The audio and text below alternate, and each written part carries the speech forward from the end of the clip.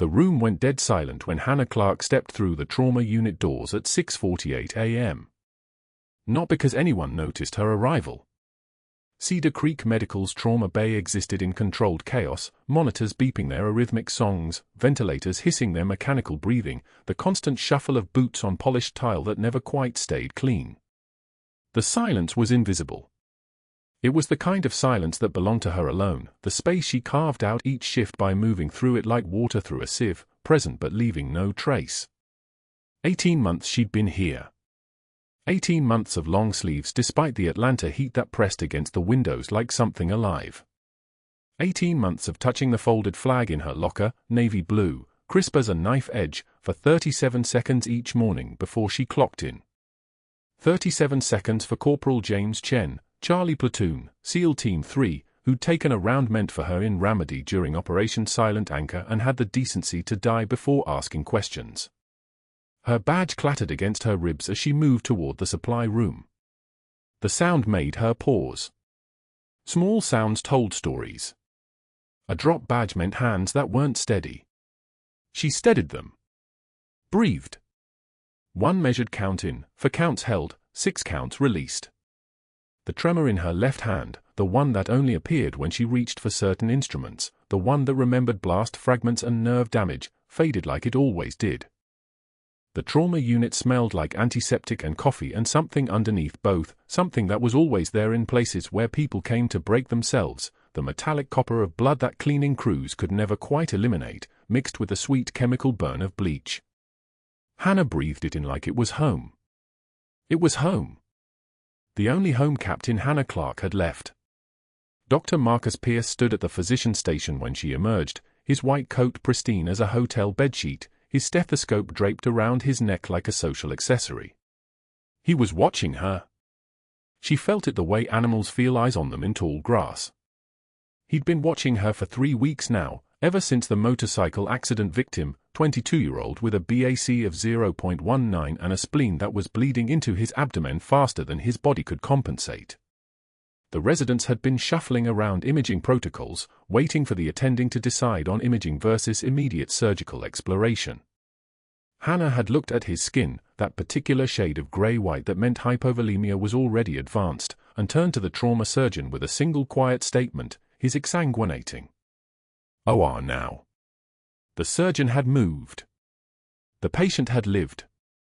Dr. Pierce had watched the entire thing unfold from the corner, his jaw tightening in increments like a security camera catching a crime in slow motion. This was his 3rd week of study. Hannah had learned to recognize the predatory patience of men who were building something. Men who took notes. Men who smiled in ways that didn't reach their eyes. She moved through morning rounds with the precision of someone who'd performed medical procedures in conditions that would make civilian hospitals close permanently. Tension pneumothorax treatment under mortar fire. Hemorrhage control with field supplies that never quite existed. Emergency surgical airway management by flashlight in a cave system 40 kilometers outside Baghdad. This. A climate-controlled room with functioning equipment. A full surgical team. Medications that hadn't expired 3 months ago. This was almost easy. The trauma surgeons deferred to her. They always did. Not because she spoke. She rarely spoke. They deferred because her hands moved like someone who'd already seen the worst the human body could offer and refused to be surprised by it again. Like she was reading from a script written on the patient's skin, a script only she could see. Dr. Catherine Reeves, the senior trauma surgeon, pulled Hannah aside at 9:15 a.m. during rounds on a stab wound victim. The patient, a 38-year-old with a blade between ribs 5 and 6, was stable but uncertain. The knife was still in him, which meant extraction timing was critical. Remove it too early and you lost pressure control. Remove it too late and you risked infection, organ adhesion, compartment syndrome. "What do you think?" Dr. Reeves asked. Not a question. A consultation.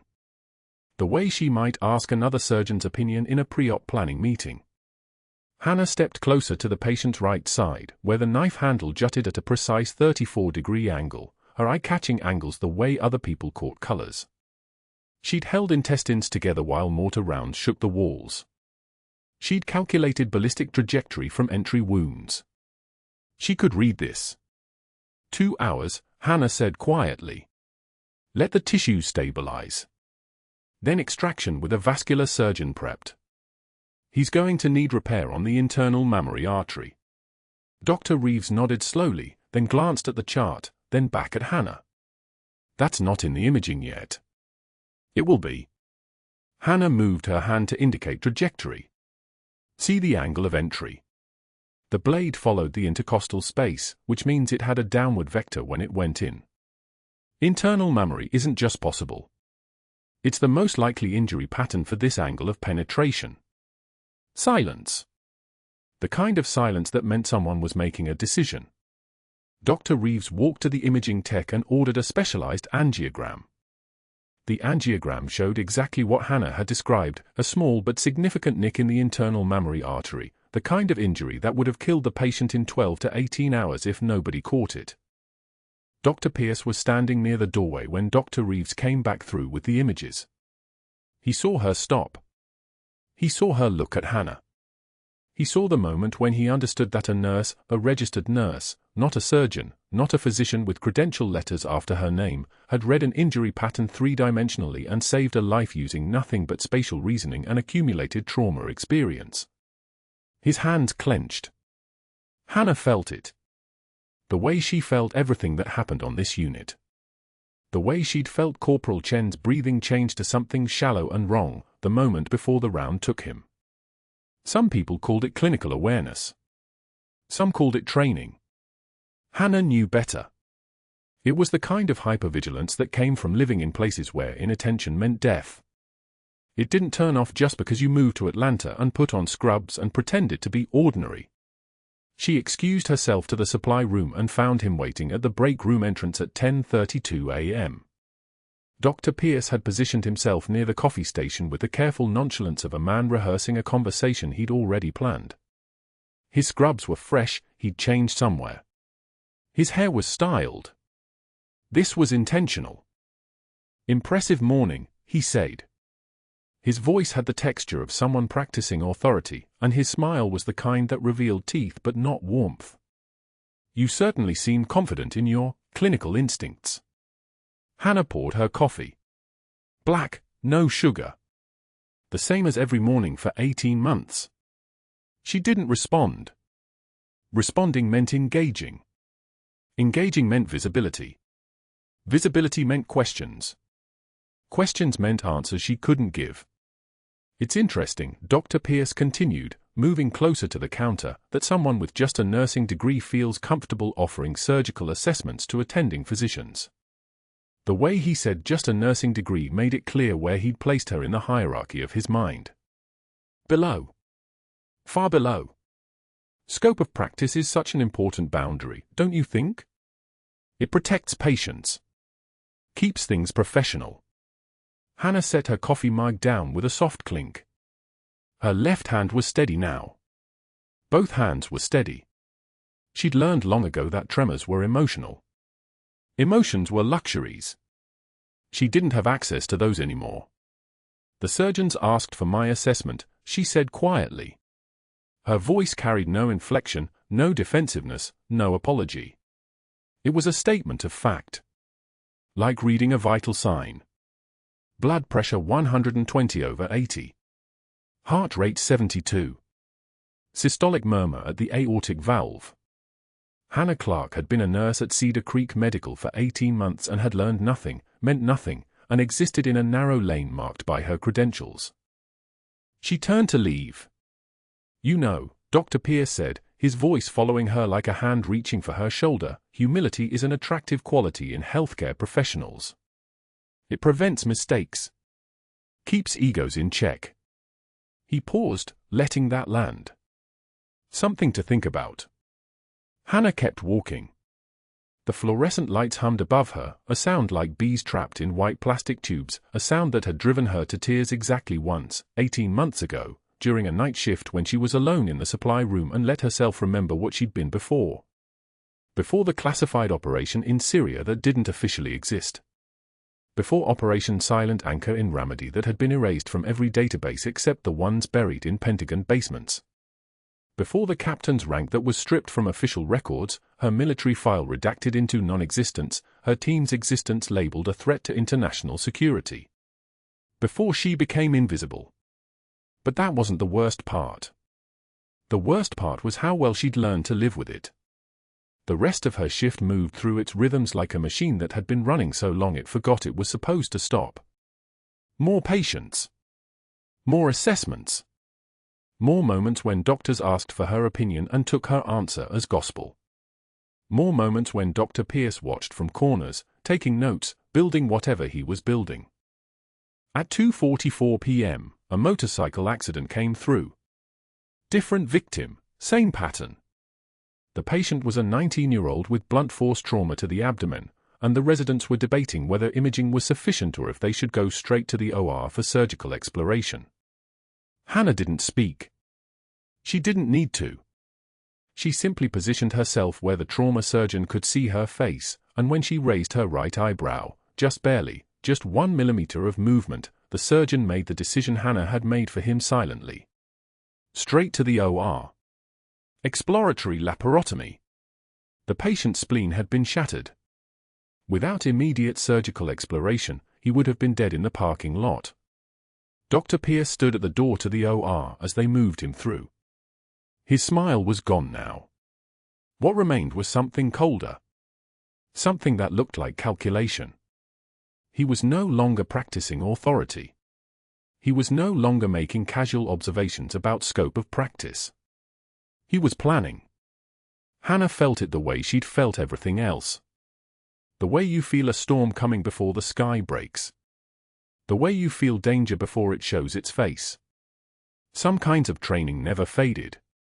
Some kinds of awareness became as fundamental as breathing. She had no idea what form his campaign would take.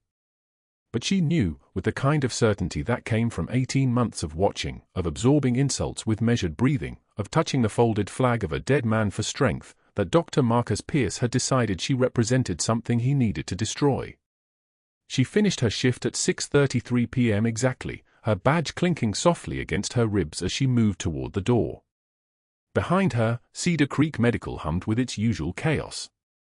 Ahead of her, Atlanta's evening heat pressed against the parking lot like something alive. Hannah touched the folded flag in her locker one final time before leaving. 37 seconds for Corporal Chen. 37 seconds of remembering that the hardest part of being invisible wasn't the loneliness. It was knowing that anyone who could see you, really see you, would change everything. Room for 12 smelled like antiseptic and the particular silence that comes before a storm. Hannah had been explaining post-operative expectations to the commander's elderly parents, both of them still shaking from the admission, from the count of 9, from the word Baghdad appearing in a hospital context instead of a news broadcast. The mother's hand trembled as she held a cup of coffee that had gone cold an hour ago. Hannah was showing them the drainage tube, the monitoring parameters, the exact timeline for when concern became emergency, when Dr. Pierce's voice cut through her sentence like a blade through membrane. Nurse Clarke. A word. He didn't ask. His tone made clear that this wasn't a request. Hannah turned, one measured breath filling her lungs. She excused herself with a nod to the parents and followed him into the hallway. The fluorescent lights buzzed overhead, a sound like insects trapped in glass. Dr. Pierce's face was already flushed, his jaw working before he even spoke. "You do not contradict my discharge orders." His voice stayed low, but the venom was audible. "You are a nurse. I am the physician. Your job is to follow instructions. Not to play doctor. Not to second-guess clinical decisions made by someone with an MD after their name." Hannah's eyes remained level with his. She didn't blink. She didn't flinch. Her hand stayed steady at her sides, but her jaw tightened just slightly, the only tell that the words had landed. Behind them, through the small window in room for 12, she could see the commander's mother watching. Watching her daughter get torn apart by a man in a white coat. Watching to see if Hannah would break. She didn't. I've held intestines in my hands while under mortar fire, Doctor, Hannah said quietly. Her voice dropped an octave, something ancient and trained shifting in her tone. Your paperwork doesn't scare me. The words hung in the hallway like a physical thing. Dr. Pierce's face cycled through surprise to rage to something darker, the recognition that his usual leverage wasn't working. That this woman hadn't flinched. That whatever he'd expected from this confrontation, submission wasn't coming. He opened his mouth, closed it, then turned on his heel and walked away, his footsteps sharp and aggressive against the tile. Hannah stood alone in the hallway. One tear escaped her left eye before she could stop it. She wiped it with her thumb, her hand still steady, and walked back into room for 12 as if nothing had happened. She finished explaining the drainage parameters. She answered 3 more questions from the father. She wrote down her extension on a piece of paper and told them to call if anything changed. Not once did her voice waver. The break room the next day had the smell of stale coffee and the particular staleness that comes from institutional carpeting that's been cleaned too many times. Hannah sat in her usual corner with her salad, chickpeas and kale and olive oil that she'd brought from home, and opened the container with the kind of deliberation that suggested she was about to eat, not about to watch her entire world narrow. 3 nurses who typically joined her during lunch suddenly remembered tasks that needed doing elsewhere. One checked her watch. Another mentioned a patient review.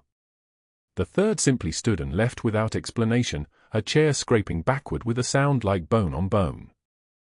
Dr. Pierce entered 2 minutes later. He poured himself coffee with the deliberate movements of someone performing for an audience. He said something to the remaining staff, something about trauma experience and ego, about dangerous mindsets and patient safety, and called her Nurse Nightingale with a tone that made the nickname into something toxic. The sarcasm was so sharp you could have cut with it. Hannah took one measured breath. She set down her fork with steady hands. She stood, walked to the trash bin, deposited her uneaten lunch, and left the room in silence. But that wasn't the worst part. The unit board where all staff congregated during shift changes, the board where schedules posted and commendations hung, now displayed something else. A formal write-up. White paper with official hospital letterhead. Her name in the center, H. Clarke. The title underneath read like a conviction, disciplinary action, insubordination and unauthorized medical decisions. 17 alleged policy violations listed in meticulous detail. Each one carefully constructed, each one with dates and times and alleged consequences, each one designed to paint a picture of recklessness. Dr. Pierce had spent weeks building this documentation trail, every moment she'd offered a clinical observation, every instant she'd suggested an alternative approach, every time she'd moved faster than protocol seemed to allow. He'd catalogued it all and weaponized it. Hannah read it while 10 staff members pretended not to watch. She could feel their eyes on her, sympathetic, nervous, some of them already calculating distance. She'd held intestines in her hand while under mortar fire.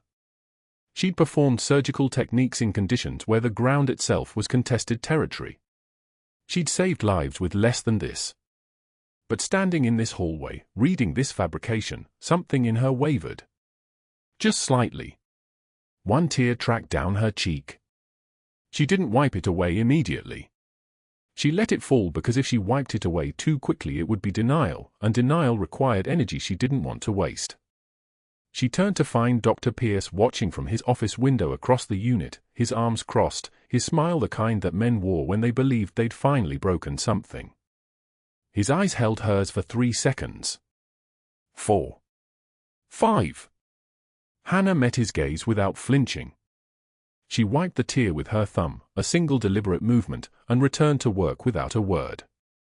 She clocked into Trauma Bay 3. She checked equipment. She reviewed the shift assignments and the waiting cases. She moved through the hospital like water finding its path, outwardly composed, internally running calculations that would have seemed insane to anyone watching. And then the trauma bay doors exploded open. Paramedics rushed a stretcher with a velocity that meant catastrophic. The voice on the radio crackled through, multiple GSW, Navy SEAL, 9 confirmed entry wounds, chest and abdomen, both legs, vitals crashing, ETA 3 minutes. 9 gunshot wounds. From Baghdad. The same Baghdad that existed in classified reports and newspaper headlines but never, ever in civilian trauma bays. Hannah was already moving toward the bay when the stretcher arrived. The commander was pale, the kind of pale that comes from blood loss measured in liters. His eyes were open but unfocused, his breathing shallow and rapid, his chest wall moving with the asymmetry of a lung that was collapsing. Dr. Pierce appeared with a clipboard and a command voice that sounded authoritative but fragmented. He was calling for equipment that would take 2 minutes to gather. 2 minutes was a luxury this patient didn't have. Hannah watched the commander's oxygen saturation drop, 92. 89, 84. His trachea was deviating, the classic sign of tension pneumothorax, the particular nightmare where the lung collapses and the pressure builds until the heart itself gets compressed. Hannah didn't hesitate. She didn't wait for Dr. Pierce to finish his orders. She identified the second intercostal space with 2 fingers, mid-clavicular line, her muscle memory moving before her conscious mind had finished thinking, and prepped the site with betadine in 3 coordinated seconds. Her hands moved like they were performing the same technique they'd performed 214 times before, which they had, in circumstances that would make this sterile hospital look like a 5-star resort.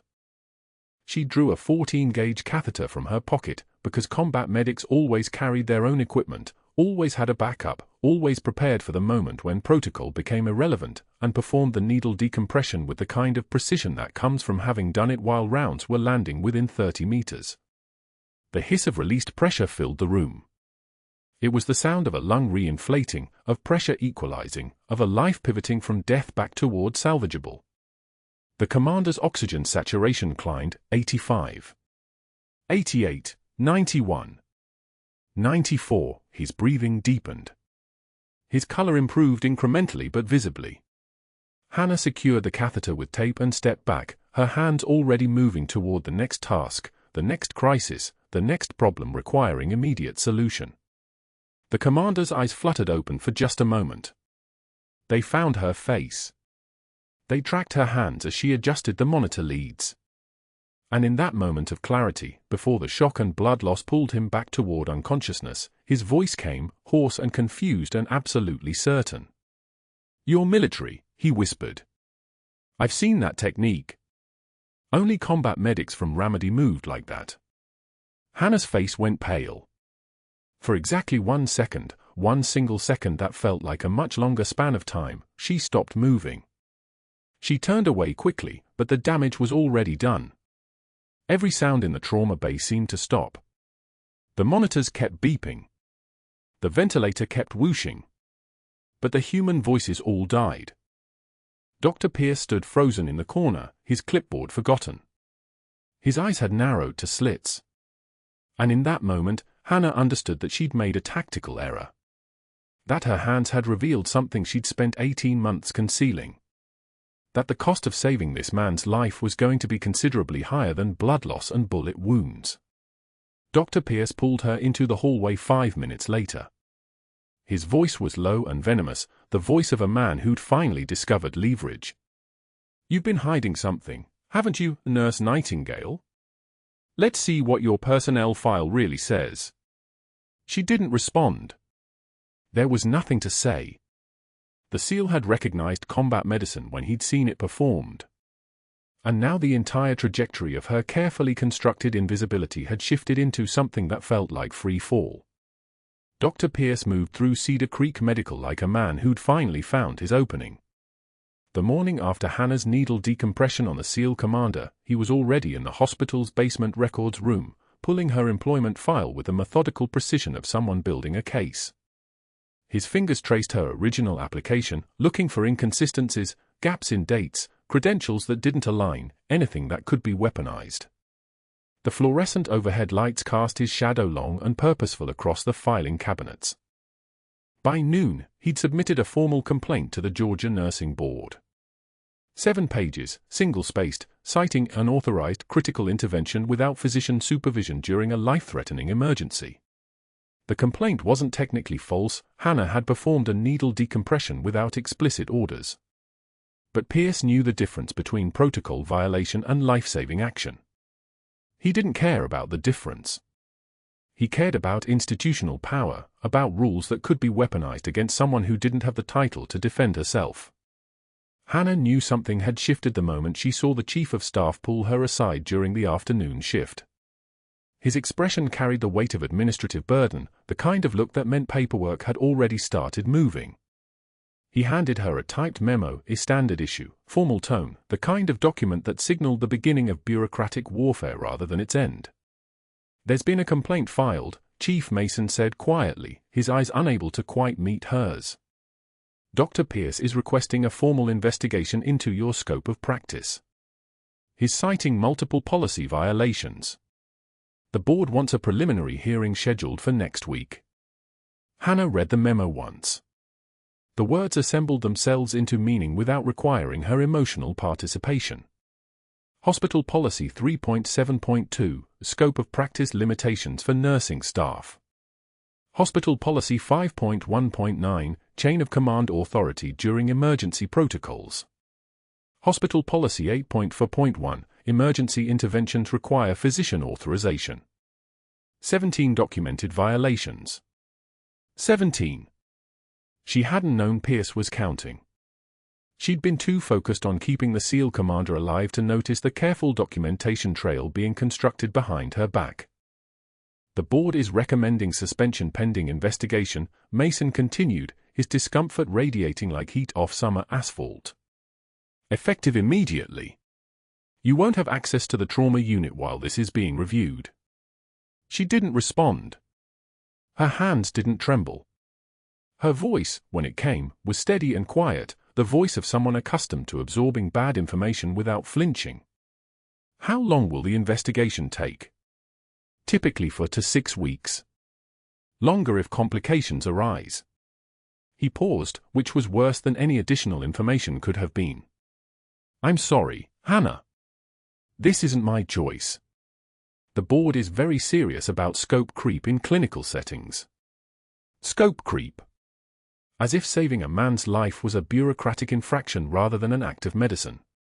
What they didn't know was that Pierce had already begun his second wave of escalation. While Hannah was being informed of her suspension, he was in a meeting with 3 members of the hospital's compliance committee, spreading his documentation across the polished conference table like a prosecution presenting evidence. Each page was meticulously organized: date, time, alleged violation, policy number, witness name. He'd been keeping a file. Not just the recent incident. Everything. The time she'd suggested a blood pressure medication adjustment before Dr. Patterson had reached the same conclusion. The morning she'd recommended early intubation on a respiratory failure patient, and Pierce had ordered her to wait. The patient had deteriorated 2 hours later, requiring emergency cricothyrotomy when what Hannah had suggested would have been safer, cleaner, more conservative. Pierce had documented the victories he'd prevented her from achieving. "She's hiding something," he told the committee, his voice carrying the confidence of a man who'd already won. "Her clinical instincts are too advanced for a trauma nurse. She's making decisions that exceed her credentials. We have a liability exposure that grows with every shift she works. I'm recommending termination, not just suspension." The committee members exchanged glances. One of them, a gray-haired administrator named Rothstein, leaned back in his chair.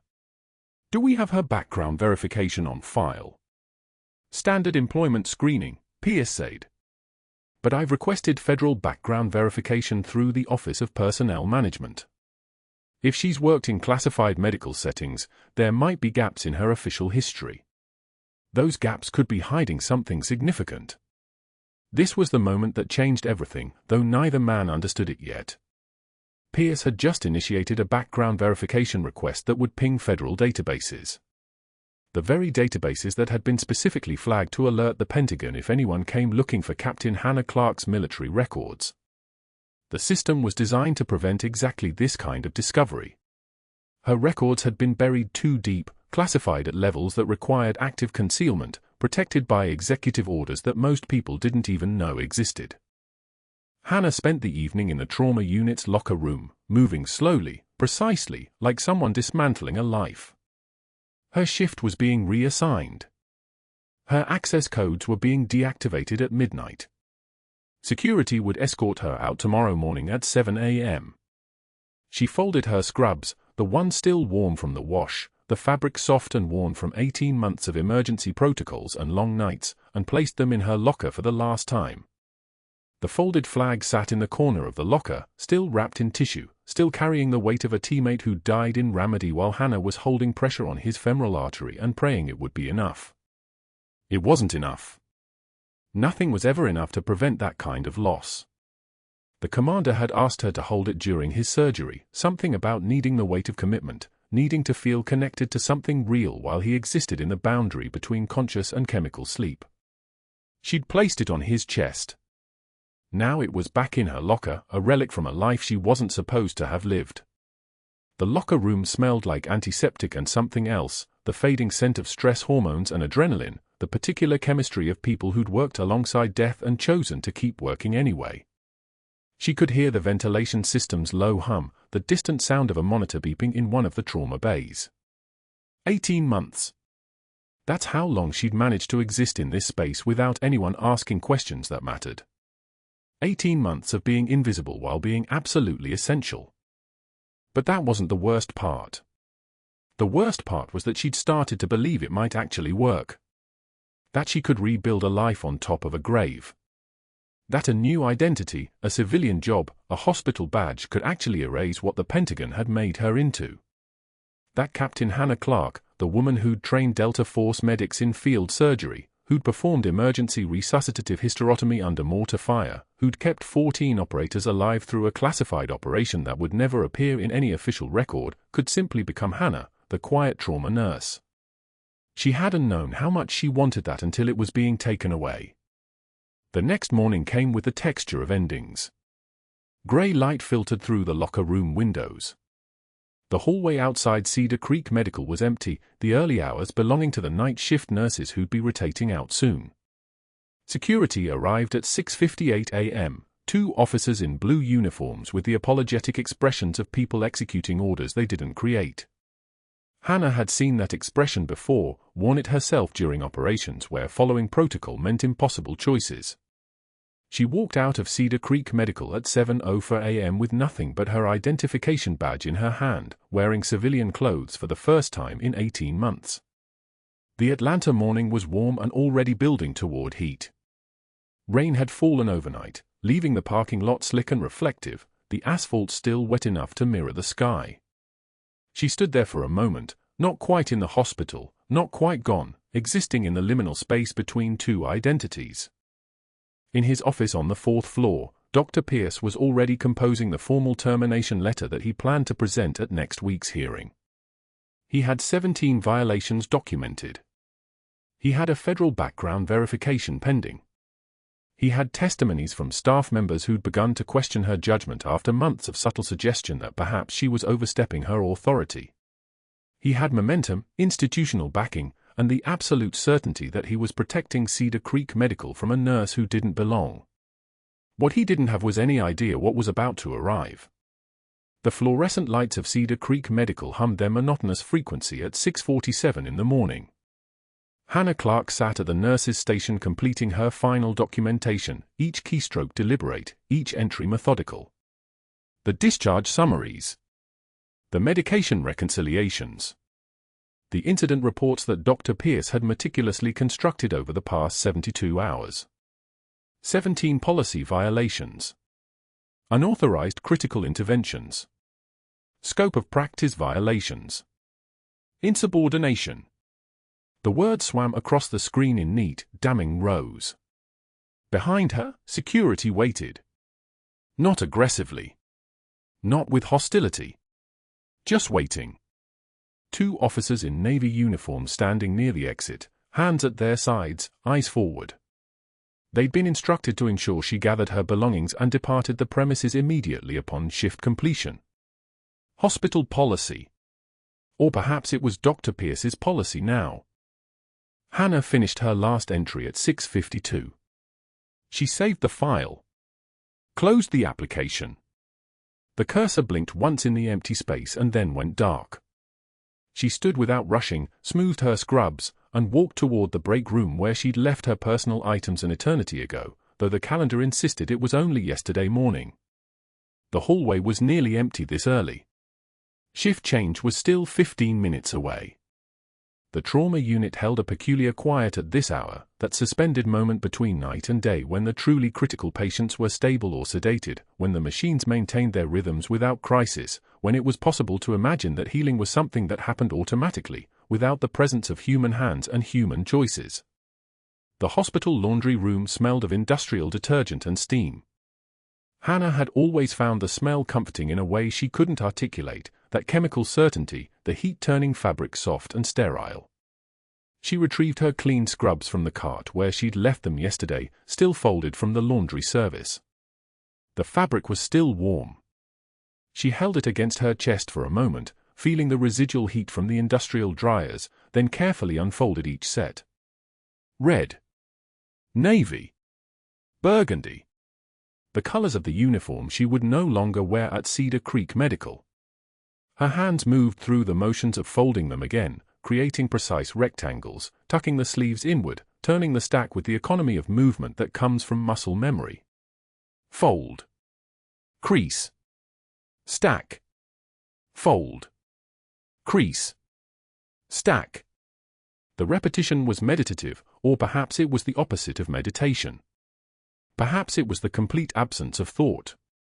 The kind of muscle memory that belonged to someone who had folded bandages in a surgical tent with mortar rounds landing 300 meters away.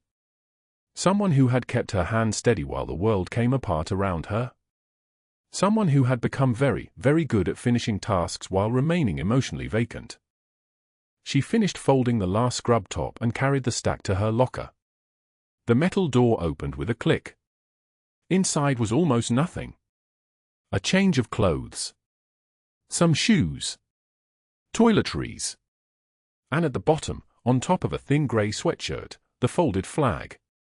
She'd been ordered to disappear after the Pentagon had decided her team's existence in Syria could trigger an international incident.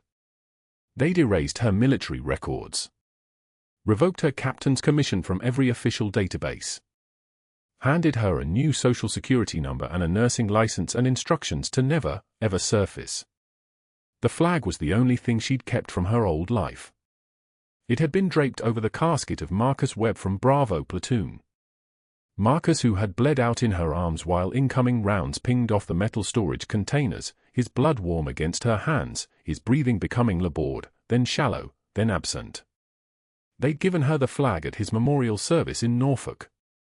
It had been in a sealed triangular case with his rank and his name. She'd removed it 2 months later and opened it carefully. Then she'd folded it again herself, because she couldn't bear to look at it, but she also couldn't bear to not have it. She picked it up now, felt the weight of it, and placed it gently into her bag. 7:19 in the morning. The security officers waited. Hannah placed her personal items into a canvas bag, the one with the hospital logo that they'd given her during orientation 18 months ago. She took a last look at the locker and closed the door. She didn't lock it. There was no point. The trauma bay alarm sounded at 7:23. Not the routine alarm. Not the prepared response alarm. This was the code alarm. The flat, urgent pulse that meant immediate threat to life. Hannah's body responded before her mind had processed the sound, her feet already moving toward the ICU where the SEAL commander had been recovering. The security officers didn't stop her. Protocol was protocol, but so was emergency medicine. No one stopped a nurse during a code.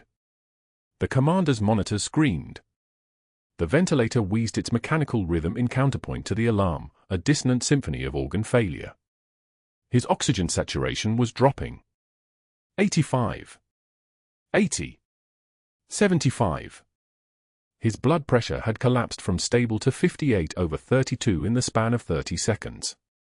The ICU staff scrambled in that organized chaos that is the choreography of emergency, one nurse checking the 4 lines, another pushing medications, a resident calling for Dr. Pierce, who arrived 2 minutes later with the confidence of someone who knew that the vast majority of problems could be solved with protocol and procedure and the institutional weight of his authority. But Hannah saw something the monitors weren't showing him clearly enough yet. The specific pallor of the commander's skin. The distension of his abdomen that had been flat an hour ago during her 7 a.m. rounds. The pattern of vital sign collapse that meant hemorrhage, not cardiac event. Internal hemorrhage. She'd seen this exact injury constellation 14 times in Syria. She'd seen it when a mortar round had fragmented through a vehicle door and torn through a SEAL's spleen and left him bleeding into his abdomen while his heart rate climbed, desperately trying to compensate for blood volume he didn't have. "Get an ultrasound to the bedside," Hannah said to the resident. Her voice was level, instructional. "Rush CT. But he doesn't have time for imaging." Dr. Pierce's eyes narrowed. "The patient is stable enough for imaging protocols. Your input is not required here, Nurse Clarke. In fact, your presence is not required. You're suspended. Step away from this patient immediately." She took one measured breath. Oxygen in. Held for 4 counts. Out for 4 counts. The kind of breath that comes from 9 years of training in situations where panic killed faster than bullets. "If I step away," Hannah said quietly, "he dies in 3 minutes. The splenic vessel is bleeding. It ruptured. His abdomen is rigid. His pressures are dropping in a pattern I've treated before." She was already moving to the bedside, her hands finding the emergency equipment cart. "He needs an emergency decompression and manual compression. We don't have time for an operating room." "You're exceeding your scope," Dr. Pierce said sharply. "Step away or I'll call security myself." But the commander's oxygen saturation was 64 now. His pupils were blown and sluggish. He was dying. Hannah had watched people die from exactly this injury because she didn't intervene. That was in Baghdad, in 2016, when she was still bound by rules that made sense in hospitals but not in trauma tents. She wasn't going to watch it happen again while a man in a white coat invoked protocols that would kill him more slowly than she could save him. She pushed past Dr. Pierce. His hand reached out and gripped her arm, the gesture sudden and personal in a way that registered as shock more than pain. But muscle memory took over. Combat training. The kind of training they gave operators when they needed to move people who didn't want to be moved. A simple break at the wrist, a controlled rotation, and his hand released her arm as if it had been burned. His eyes widened at the speed of it. The precise, fluid application of force that belonged to someone who had trained to do this under conditions far worse than fluorescent lighting and moral ambiguity. The emergency bedside tray was open. Hannah found what she needed, sterile gloves that were already snapping onto her hands with a sound like gunshots. The ultrasound probe was already positioned by another resident who understood what Hannah understood even if the attending physician didn't. Massive free fluid in the abdomen.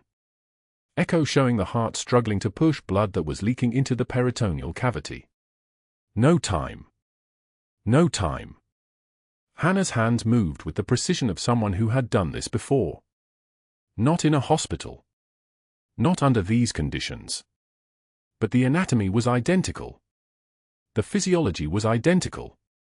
She found the exact points, 2 fingers width below the xiphoid process, the precise location where external manual compression could reach the splenic artery. Her hands moved in a pattern that shouldn't have been possible without incisions, without direct visualization, without the kind of surgical training that Hannah Clarke, RN, was not supposed to possess. Compression. Release. Compression. Release. Her hands became hydraulic. Her arms became the tourniquet between the bleeding vessel and the dying man's heart. The monitors changed. The oxygen saturation began to climb. 68. 72. 78. The blood pressure responded, climbing back toward numbers that meant life instead of death. The pattern of her compressions was too specific, too precise, too informed by anatomical knowledge that lived deeper than her conscious mind. The surgical team arrived in less than 2 minutes, drawn by the emergency alert, finding Hannah still applying pressure, her shoulders locked into position, her breathing controlled, her mind calculating the exact pressure needed to keep this man alive until they could get him to an operating room where people in higher paid positions could finish the work she'd started. Dr. Pierce stood frozen. Not moving. Not calling orders. Not doing anything except watching someone he'd spent 72 hours trying to destroy save a patient's life with a technique that didn't exist in the official hospital protocols because it was supposed to be impossible. The surgical resident leaned toward his attending, the one standing next to Hannah. That was beyond scope, Dr. Pierce said, and his voice was different now. It carried none of its previous authority. It carried something smaller. Something afraid. That was completely outside her scope of practice. Get her off this patient. This is assault. This is a violation of direct orders. I want security called. I want this documented. I want her arrested. The commanding voice came back when the emergency was over. The institutional voice. The voice of a man whose authority had been publicly and definitively questioned. The surgical team was already moving the commander toward the operating room, but Hannah remained at the bedside for the 3 seconds it took to hand off her compression technique to the attending surgeon. 3 seconds was enough time for the automatic doors to open. For security to arrive. For Dr. Pierce to point at her and issue orders that the officers would not, in fact, follow, at least not immediately, because a trauma team moving a critical patient creates a specific kind of chaos that supersedes normal hospital hierarchy. But the officers were there. 2 of them. Looking at Hannah with something that might have been confusion or might have been respect. She was still covered in blood. Some of it was the commander's. Some of it, she realized as the adrenaline began to release and sensation returned to her extremities, was hers. She felt the pain now. Her left shoulder where something hot had grazed her. Her ribs where another burning sensation suggested impact. The back of her neck where her own blood had begun to pool. Wait. Gunfire. The thought arrived after the physical sensation. That sound she'd heard during the last 30 seconds of compression, the sound she'd registered in her nervous system but not her conscious mind. Glass breaking. The specific acoustic signature of a round traveling at supersonic velocity and hitting plate glass at the wrong angle. It had come through the trauma bay window. Once. Twice. 3 times. A man stood in the parking lot with a rifle. An assassin, she understood with the clarity of someone whose training encompassed threat assessment at multiple levels. Someone had sent him. Someone wanted the SEAL commander dead badly enough to risk it in broad daylight. And the round that had gone through the window had also gone through Hannah's left shoulder. And another through the ribs, deflecting off the lower ribs and out again, leaving a furrow of tissue damage that burned with the specific quality of something that had cauterized its own wound channel. Dr. Pierce dove under a desk. Hannah remained upright, her hand still on the commander as they loaded him onto a stretcher. The surgical team moved. The emergency intensified. But in that moment of movement, that fractional second of transition, the commander's eyes opened and found hers. He saw her blood. He understood, in the way that soldiers understand, what she'd just done. Not professionally. Not clinically. He saw someone who had taken incoming fire rather than step away from a patient. Hannah moved with the stretcher, moving with purpose despite the blood beginning to soak through her scrubs at the shoulder. She didn't say anything. She didn't need to. The operating room doors were already opening. The surgical team was already scrubbing.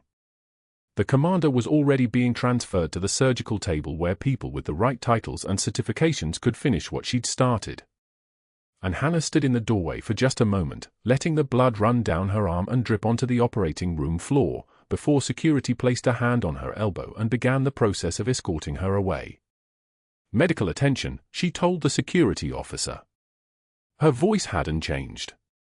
It carried the same level quality it always did. For the gunshot wounds. Then the formal termination meeting. I assume Dr. Pierce has the documentation ready. The officer looked at her. Really looked at her. At the blood. At the controlled breathing. At the way she was calculating triage and protocol even as her own medical emergency unfolded around her. You saved him, the officer said. I did what needed to be done, Hannah replied. The consequences are what they are. They took her to the ER where a resident named Dr. Chen examined her wounds with careful efficiency and the kind of silence that suggests she'd already heard something about what had happened in the trauma bay. 72 hours of rumors, of whispered conversations, of a nurse who exceeded her scope and a doctor who documented it meticulously. Now there was blood.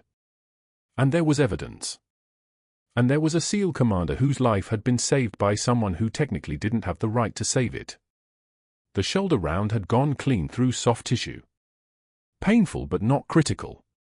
The rib injury was more serious, fractured the 8th rib, deflected, created a laceration in the intercostal muscle. Dr. Chen cleaned it, sutured it, bandaged it with the kind of efficiency that suggested she was making clinical decisions rather than administrative ones. The bullet hole in Hannah's uniform told its own story. The blood told another. At 10 a.m., Hannah was called to the hospital administrator's office. Dr. Pierce was there. His face had returned to its normal coloration, though something remained different in his eyes. The administrator looked uncomfortable. He had the paperwork ready. Effective immediately, the administrator began, "We are terminating your nursing license at Cedar Creek Medical pending a full investigation by the Georgia Nursing Board. Dr. Pierce has filed formal complaints regarding 17 separate incidents of scope violation, unauthorized medical intervention, and assault on a physician. Your access badge has been revoked. Your credentials have been suspended. Security will escort you from the premises." Hannah stood with her left arm in a sling, blood visible on the bandages underneath her new scrubs that Dr. Chen had provided. She'd lost 18 months at Cedar Creek Medical. She'd lost her job. She'd lost her carefully constructed identity. And Dr. Pierce had lost nothing except the certainty that his authority was unquestionable. She wondered if disappearing twice was more than one person should have to bear. As hospital administration gathered in the commander's room to formally terminate her access, security waited in the hallway with a cardboard box for her personal effects. Dr. Pierce stood near the foot of the bed, already drafting the press release in his mind, how he'd frame this as a safety measure, how he'd protect Cedar Creek's reputation, how he'd ensure no other nurse ever questioned his authority again. The paperwork was already signed.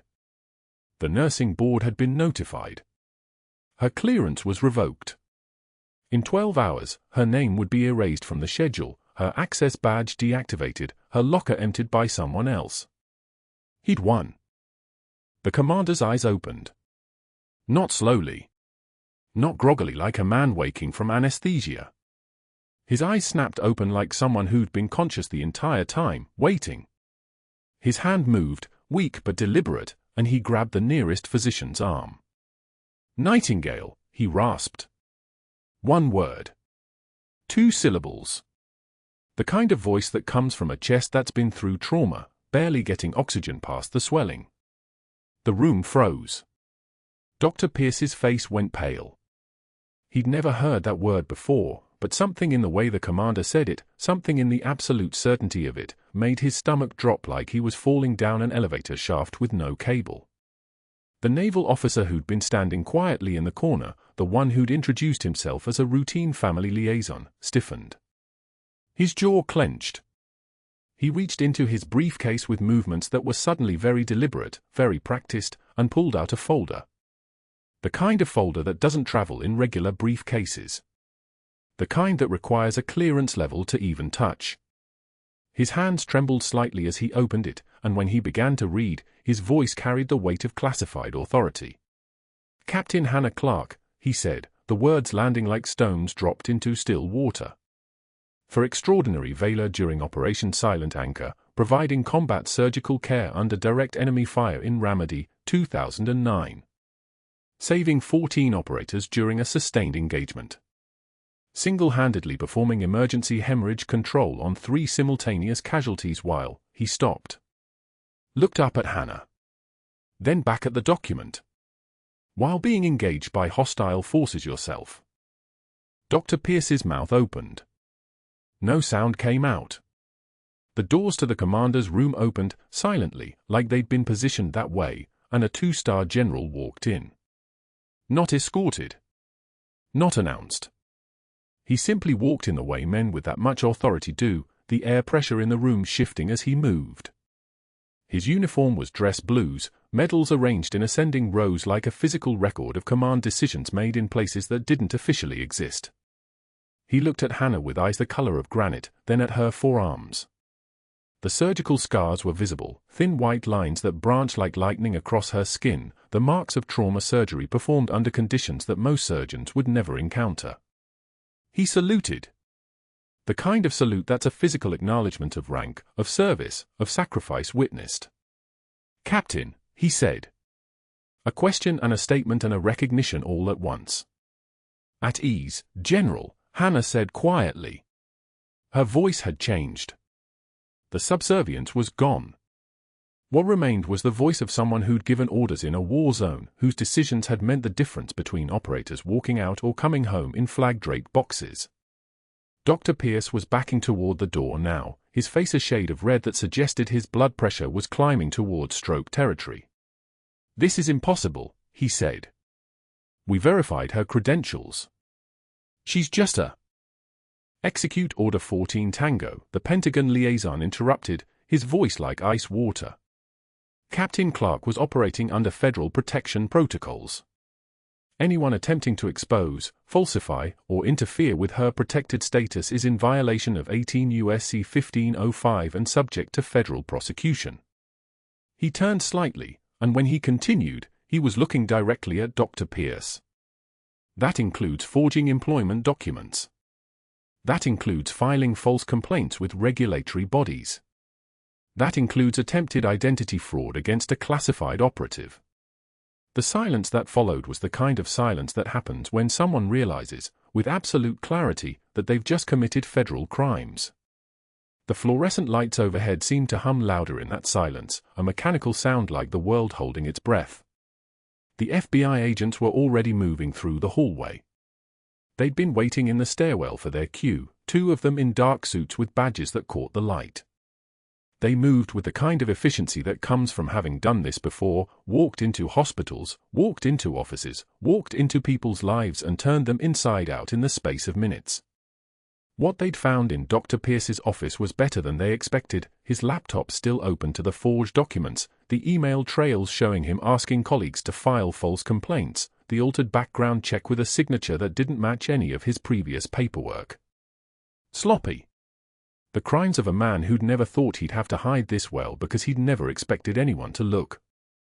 The handcuffs clicked onto his wrists in the same hallway where he'd publicly humiliated her in front of the trauma team. Right there, 20 feet from the break room where the other nurses had learned to disappear when she sat down. He was reading his rights, "You have the right to remain silent," when he made eye contact with her through the doorway. Hannah stood perfectly still, watching him, her hands at her sides. The same hands that had held his patient's organs. The same hands that had compressed a vessel while he'd frozen. She didn't smile. She didn't say anything.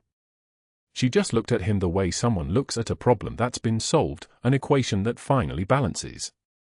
His attorney arrived within an hour, a sharp woman in a charcoal suit who probably billed $300 an hour and was about to learn that some problems can't be solved with money. Federal charges don't negotiate. Federal charges don't care about your previous standing in the community or your country club membership or how many galas you've donated to. The state medical board would open an investigation by morning. The hospital's legal team would be cooperating fully with federal prosecutors by afternoon. Security footage would show him altering her file in the medical records office. 3 nurses would come forward with statements that he'd pressured them to document false complaints, threatening their positions if they refused. The commander would provide a deposition describing how Dr. Pierce had frozen during the vascular emergency while Captain Clarke had saved his life. The trial would take 6 months. He'd be convicted on 3 federal counts: falsifying federal employment documents, obstruction of a protected intelligence asset, attempted identity fraud. 18 months in federal prison. His medical license permanently revoked. His wife filing for divorce before he'd even made bail. When he'd be released 2 years later, the only work he could find was teaching CPR certification courses at an Atlanta community college for $14 an hour. Standing in front of classes, demonstrating chest compressions on plastic dummies, explaining to community members how to save lives. The irony would be so complete it could hurt if anyone bothered to think about it. But that wasn't this moment. This moment belonged to Hannah. She stood in the commander's room as he recovered, the bullet wound stabilized by the same hands that had held him through the shooting. Her shoulder was bandaged, her ribs wrapped tight enough that breathing was deliberate and careful, but she'd refused discharge. The general was still there, and the naval officer, and now the hospital's CEO looking like he'd been struck by lightning. The commander pressed something into her hands, the folded flag she'd given him for strength during surgery, the one from her fallen teammate, the one she'd kept in her locker through 18 months of silence. His hands were weak but his grip was steady, and when she took it, she understood this was his way of giving it back. Of completing something. Through the window of the commander's room, she could see Dr. Pierce's perp walk down the main corridor. Television crews in the lobby, reporters shouting questions, the kind of public destruction that only happens when federal prosecutors decide to make an example. The nurses who'd abandoned her in the break room at his influence stood in the hallway watching, their faces carrying the particular shame of people who'd made a choice they couldn't unmake. One approached, whispering an apology that Hannah accepted with a single nod. A gesture of grace that was worth more than any spoken forgiveness could have been. The Pentagon offered her a choice: return to classified service or accept an honorable discharge with full recognition. The general stood at attention while she decided, understanding that this was a moment that belonged entirely to her. She looked at the folded flag in her hands. She looked at the commander, now stable, now safe, now alive because she'd refused to stay quiet. She looked out the window at the rain that had started falling again, hammering the parking lot like applause from a world that finally understood what she'd been carrying all this time. She chose discharge. Full recognition. Her records unsealed.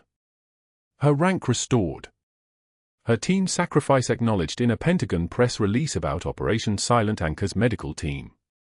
The general pinned a Navy cross on her blood-stained scrubs, and when the commander saluted from his bed, understanding finally why her hands moved like Ramadi, why she'd taken bullets without hesitation, why some skills can never be hidden when lives hang in balance, she returned the salute. Not as a nurse anymore.